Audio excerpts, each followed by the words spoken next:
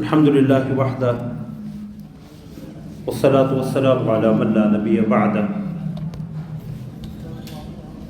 اما بعد فاعوذ باللہ من الشیطان الرجیم بسم اللہ الرحمن الرحیم آمن الرسول بما انزل الیہ من ربہ والمؤمنون کل آمن باللہ وملائکتہ وکتبہ ورسلہ لا نفرق بین احد من رسلہ وقالوا سمعنا واطعنا غفرانک ربنا والیک المصیر۔ صدق اللہ العظیم۔ اللہم صلی علی محمد وعلی آل محمد کما صلیت علی ابراہیم وعلی آل ابراہیم انک حمید مجید۔ اللہم بارک علی محمد وعلی آل محمد کما بارکت علی ابراہیم وعلی آل ابراہیم انک حمید مجید۔ اما بعد، حضرات علماء نے دین کی بنیادی تعلیمات کو 5 بڑے حصوں میں تقسیم کیا ہے: عقائد اور ایمانیات، عبادات، معاملات، معاشرت اور اخلاق۔ عقائد اور ایمانیات جن چیزوں کا یقین رکھنا، بنیادی تصورات جنہیں مسلمان ہونے کے لیے، مومن ہونے کے لیے اپنانا ضروری ہے، وہ ایمانیات کہلاتے ہیں۔ ایمان کا لفظی مفہوم تصدیق ہے، اور اصطلاح شریعت میں رسول اللہ صلی اللہ علیہ وسلم کے اعتماد اور یقین پر آپ کی بتائی ہوئی تمام باتوں کو، آپ کی بتائی ہوئی تمام خبروں پہ سچا یقین رکھنا، یہ ایمان کہلاتا۔ ایمان انسان کے اپنے تجربات یا مشاہدات پہ نہیں ہوتا، بلکہ بالعموم ایسی چیزیں جو انسان کے حواس اور اس کے ادراک سے بالا ہیں، ان پہ ایمان لانا تصدیق کہلاتا۔ اور یہ تصدیق جو ہے اپنے تجربہ اور یہ مشاہدہ کی بنا پہ نہیں، بلکہ صرف اس بنا پہ کہ اس کے بتانے والے، یہ خبر دینے والے اللہ کے پیغمبر حضرت محمد الرسول اللہ صلی اللہ علیہ وسلم نے۔ سیرت طیبہ کے ایک مشہور واقعہ سے اس کی مزید وضاحت ہوتی ہے کہ رسول اللہ صلی اللہ علیہ وسلم نے جب اپنے معجزہ معراج کا ذکر کیا تو ابو جہل نے رسول اللہ صلی اللہ علیہ وسلم سے کہا کہ آپ جو باتیں کہہ رہے ہیں آپ لوگوں کے سامنے اس کا اظہار کریں گے؟ تو رسول اللہ صلی اللہ علیہ وسلم نے کیوں نہیں؟ تو رسول اللہ صلی اللہ علیہ وسلم نے جب اس کا اعلان کیا تو ابو جہل سیدنا صدیق اکبر کے پاس گیا اور پوچھتے لگا، ایسا ممکن ہے کہ کوئی شخص رات کو مکہ سے نکلے اور رات ختم ہونے سے پہلے، صبح ہونے سے پہلے وہ بیت المقدس مسجد اقصی سے ہو کے واپس آ جائے؟ تو ابوبکر صدیق رضی اللہ تعالیٰ عنہ نے اس زمانے کے ذرائع مواصلات کو سامنے رکھتے ہوئے فرمایا ایسا تو ممکن نہیں ہے۔ تو وہ کہنے لگا یزعم بہ صاحب، پھر تم جنہیں پیغمبر کہتے ہو وہ اس چیز کا دعویٰ کر رہے ہیں۔ تو سیدنا صدیق اکبر رضی اللہ تعالیٰ عنہ نے کہا ان کان قال فقد قال حقا، اگر کہنے والے پیغمبر ہیں تو یقیناً یہ 100% سچی بات ہے۔ یہ ایمان ہے۔ اور پھر سیدنا صدیق اکبر نے کہا کہ میں تو اس سے بھی بڑی بات میں ان کی تصدیق کرتا ہوں کہ ان کے پاس آسمان سے فرشتہ وحی لے کے آتا ہے، تو میں اس چیز کی تصدیق کیوں نہیں کروں گا کہ اللہ جب چاہیں انہیں اس سفر کو رات کے ایک مختصر حصے میں طے کروا دیں۔ تو ایمان کا لفظی معنی تصدیق ہے، قرآن کریم میں بھی اسی معنی میں استعمال ہوا کہ یعقوب علیہ السلام کے بیٹے جب یوسف علیہ السلام کو کنویں میں پھینک کے آئے اور قمیص پہ وجاءوا علی قمیصہ بدم کذب، خون لگا کے لے آئے اور آ کے کہنے لگے کہ انا ذهبنا نستبق وترکنا یوسف عند متاعنا فاکلہ الذئب، کہ ہم دوڑ لگانے میں مصروف ہوئے، یوسف کو سامان کے پاس بٹھایا تھا، بھیڑیا آیا اور یوسف کو کھا گیا۔ اب دل کا جو چور تھا اس کی بنا پہ خود ہی کہہ رہے ہیں وما انت بمؤمن لنا ولو كنا صادقین، اگرچہ ہم سچے ہی کیوں نہ ہوں، آپ نے ہماری بات کو سچا نہیں جاننا، تصدیق نہیں کرنی۔ تو ایمان تصدیق کرنا، کسی کے اعتماد پہ، کسی کے یقین پہ اس کی بات کو مان لینا، تو اصطلاح شریعت میں رسول اللہ صلی اللہ علیہ وسلم نے جو باتیں ہمیں بتلائیں اللہ کے حوالے سے، اپنی ذات کے حوالے سے، قیامت کے حوالے سے، فرشتوں کے حوالے سے، کتابوں کے حوالے سے، سابقہ انبیاء و رسل کے حوالے سے، ہم نے انہیں دیکھا نہیں ہوا، لیکن اس بنا پہ انہیں مانتے ہیں کہ یہ کہنے والے محمد الرسول اللہ صلی اللہ علیہ وسلم ہیں۔ اس لیے حضرات مفسرین نے لکھا ہے کہ ایمان اصل میں ایمان بالغیب ہے، جو قرآن کریم نے سورہ بقرہ کے آغاز میں متقین کی پہلی صفت یہ بتلائی الذین یؤمنون بالغیب، جو بن دیکھے ایمان لاتے ہیں۔ اللہ کو دیکھا نہیں، اللہ کے وجود پہ، اللہ کی ذات پہ ایمان ہے، رسول اللہ پہ وحی اترتے دیکھی نہیں لیکن ایمان ہے، سابقہ انبیاء و رسول کو دیکھا نہیں، ایمان ہے۔ تو اصل ایمان ہے ہی جو انسان رسول اللہ صلی اللہ علیہ وسلم کے اعتماد اور یقین پہ اس کی تصدیق کرے۔ اب یہ ایمان چند چیزوں سے عبارت ہے۔ اصطلاح شریعت میں یہ ایمان اس وقت تک معتبر نہیں ہوتا جب تک اس میں تین چیزیں نہ پائی جائیں: تصدیق بالقلب، و اقرار باللسان، و عمل بالجوارح یا عمل بالارکان۔ دو چیزیں رکن کی حیثیت رکھتی ہیں، دل کی تصدیق اور زبان سے اقرار، اور یہ دونوں لازم و ملزوم ہیں، دونوں پائی جائیں گی تو ایمان ہوگا، دونوں میں سے اگر ایک میں بھی کمی آ جائے گی تو وہ ایمان نہیں ہے۔ دل کی تصدیق، زبان سے اقرار نہ ہو تو یہ بھی ایمان نہیں۔ اللہ رب العزت نے یہود کے بارے میں کہا کہ فلما جاءہم ما عرفوا کفروا بہ، جب ان کے پاس وہ چیز آ گئی جس کی سچائی اور حقیقت سے وہ آگاہ تھے، انہوں نے اس کا انکار کیا۔ وجحدوا بها واستيقنتها انفسهم، انہوں نے ان آیات کا انکار کیا جبکہ ان کے دل میں اس کا یقین موجود تھا۔ الذین آتیناہم الکتاب یعرفونہ کما یعرفون ابناءہم، جنہیں ہم نے کتاب دی وہ اس پیغمبر کو یا اس قرآن کو ایسے جانتے ہیں جس طرح اپنے بیٹوں کو جانتے ہیں۔ دل میں یقین تھا لیکن زبان سے اقرار نہیں کیا تو ان کے ایمان کا بھی اعتبار نہیں۔ اگر زبان سے اقرار ہو، دل سے تصدیق نہ ہو تو یہ بھی ایمان نہیں۔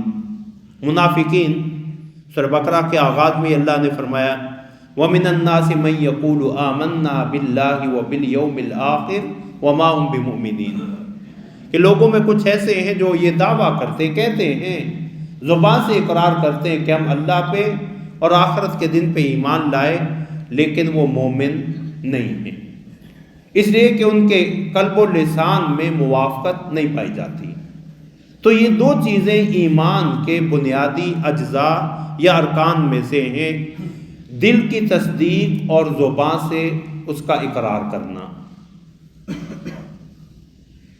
اعضاء کے ذریعے عمل کرنا، ائمہ ثلاثہ امام مالک، امام احمد، امام شافعی رحمۃ اللہ علیہ مجمعین کے ہاں یہ بھی ایمان کے ارکان میں شامل ہے۔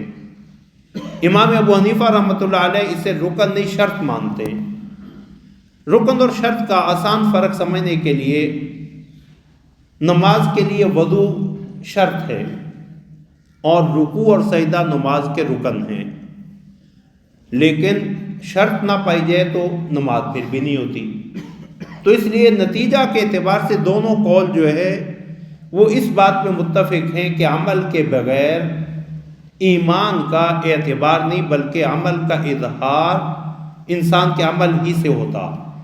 ایمان کا اظہار جو ہے وہ اس کے عمل سے ہوگا کہ وہ زبان سے اقرار کر رہا ہے، دل سے تصدیق کر رہا ہے، لیکن اللہ اور اللہ کے رسول صلی اللہ علیہ وسلم کے احکامات کو خاطر میں نہیں لاتا، ان کے مطابق عمل نہیں کرتا، تو وہ ایمان کا سچا نہیں ہے۔ تو امام ابو حنیفہ رحمۃ اللہ علیہ کا موقف یہ ہے کہ اعضاء کے ذریعے عمل کرنا یہ ایمان کی بنیادی شرطوں میں سے، تو خواہ عمل کو جز مانا جائے، رکن مانا جائے یا شرط مانا جائے، نتیجہ ایک ہے کہ جس طرح دل کی تصدیق کی اہمیت ہے، زبان کے اقرار کی اہمیت ہے، اسی طرح اعضاء اور انسانی جوارح ارکان کے ذریعے عمل کی بھی وہی اہمیت ہے۔ ایمان کے 6 بنیادی ارکان ہیں۔ حضرات مفسرین نے لکھا ہے کہ اس آیت کریمہ میں یہ 6 کے 6 ارکان جو ہے اللہ رب العزت نے یکجا کیے ہیں، اور سورہ بقرہ کے آغاز میں بھی یؤمنون بالغیب، آیت البر میں ولکن البر من آمن باللہ، اس میں بھی ایمانیات کا ذکر، اور سورہ بقرہ کے اختتام میں بھی ایمان کا ذکر۔ کل آمن باللہ، سب ایمان لے آئے اللہ پہ، وملائکتی، اس کے فرشتوں پہ، وکتبی، اس کی کتابوں پہ، ورسلی، اور اس کے رسولوں پہ، لا نفرق بین احد من رسلی، ہم اس کے رسولوں کے درمیان کوئی تفریق نہیں ڈالتے۔ وقالوا سمعنا واطعنا، اور وہ کہتے ہیں ہم نے سن لیا، مان لیا۔ غفرانک ربنا، اے ہمارے رب ہم تیری ہی بخشش چاہتے ہیں، وإلیک المصیر، اور تیری طرف ہی لوٹنا ہے، یہ آخرت کا اقرار ہے۔ تقدیر جو ہے چونکہ اللہ رب العزت کے علم کا نام ہے، اس لیے وہ آمن باللہ کے اندر شامل ہے۔ رسول اللہ صلی اللہ علیہ وسلم کی احادیث مبارکہ میں دیکھا جائے تو رسول اللہ صلی اللہ علیہ وسلم نے ارکان ایمان کو حدیث جبریل، جسے حضرات محدثین لکھتے ہیں کہ جو قرآن کریم میں اہمیت سورہ فاتحہ کی ہے، وہی رسول اللہ صلی اللہ علیہ وسلم کی احادیث مبارکہ میں حدیث جبریل کی، جس کے راوی حضرت عمر رضی اللہ تعالی عنہ ہیں۔ حدیث کا مفہوم یہ ہے کہ ہم ایک دن رسول اللہ صلی اللہ علیہ وسلم کے پاس بیٹھے تھے، اچانک ایک آدمی نمودار ہوا، ہم میں سے اسے کوئی جانتا نہیں تھا، اور اس پہ سفر کے کوئی آثار بھی دکھائی نہیں دیتے تھے، یعنی یہاں کا مقامی بھی ہوتا تو ہم جانتے ہوتے، آیا باہر سے تھا لیکن سفر کے کوئی آثار علامات دکھائی نہیں دے رہی تھی، اور اس نے شدید بیاض الثیاب شدید سواد الشعر، لباس انتہائی سفید پہنا ہوا، بالوں کا رنگ انتہائی سیاہ، اور رسول اللہ صلی اللہ علیہ وسلم کے پاس آ کے بیٹھ گیا، اپنے گھٹنے رسول اللہ کے گھٹنوں کے ساتھ ملائے، اور آ کے کہنے لگا 4 سوال اس حدیث میں اس آنے والے نے کیے۔ پہلا سوال، مجھے اسلام کے بارے میں بتائیے۔ دوسرا سوال رسول اللہ نے بتلایا کہ اسلام یہ ہے کہ تم اس چیز کی گواہی دو اللہ کے سوا کوئی معبود برحق نہیں، محمد صلی اللہ علیہ وسلم اللہ کے رسول ہیں، نماز قائم کرو، زکوٰۃ ادا کرو، روزے رکھو رمضان کے، اور بیت اللہ کا حج کرو۔ تو کہنے لگا صدقت، آپ سچ کہہ رہے ہیں۔ تو حضرت عمر کہتے ہیں ہمیں تعجب ہوا کہ خود ہی سوال کر رہا ہے اور خود ہی تصدیق بھی کر رہا ہے۔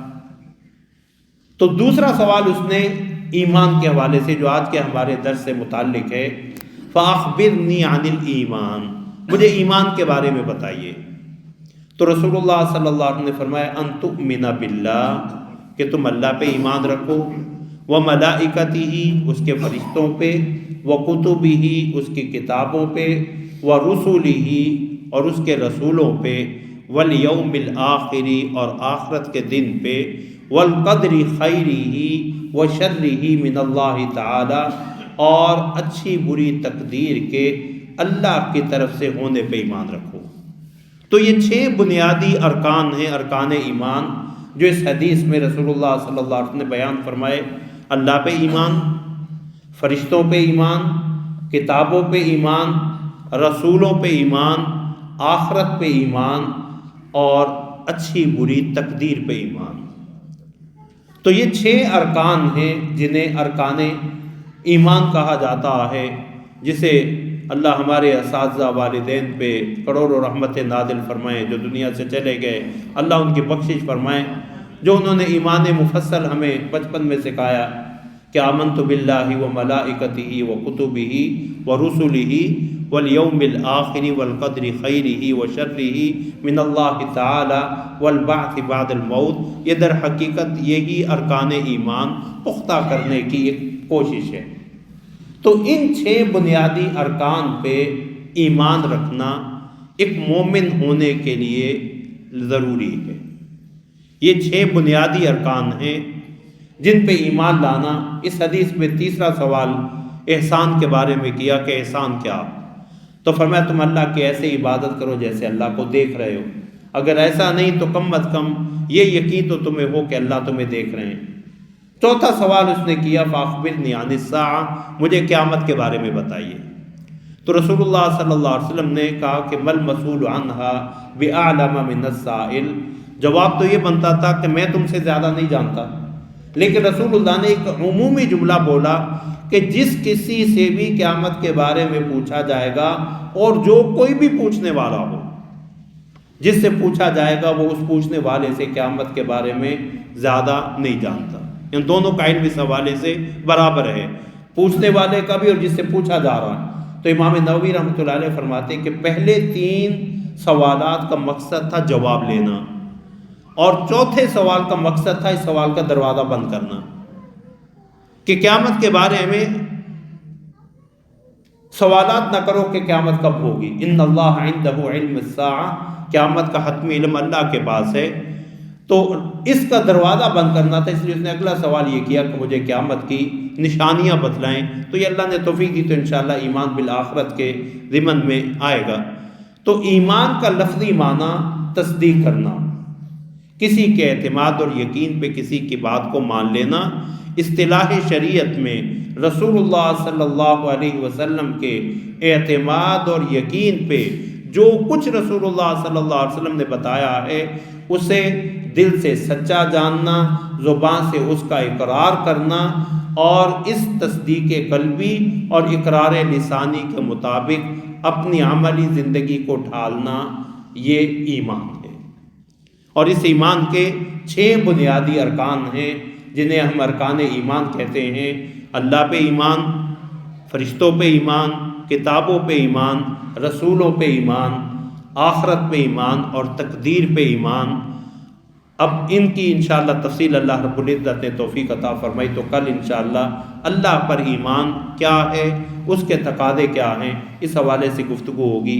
اللہ ہمیں دین کی صحیح سمجھ اور اس کے مطابق ہمیں اپنے اعمال کو ڈھالنے کی توفیق عطا فرمائیں۔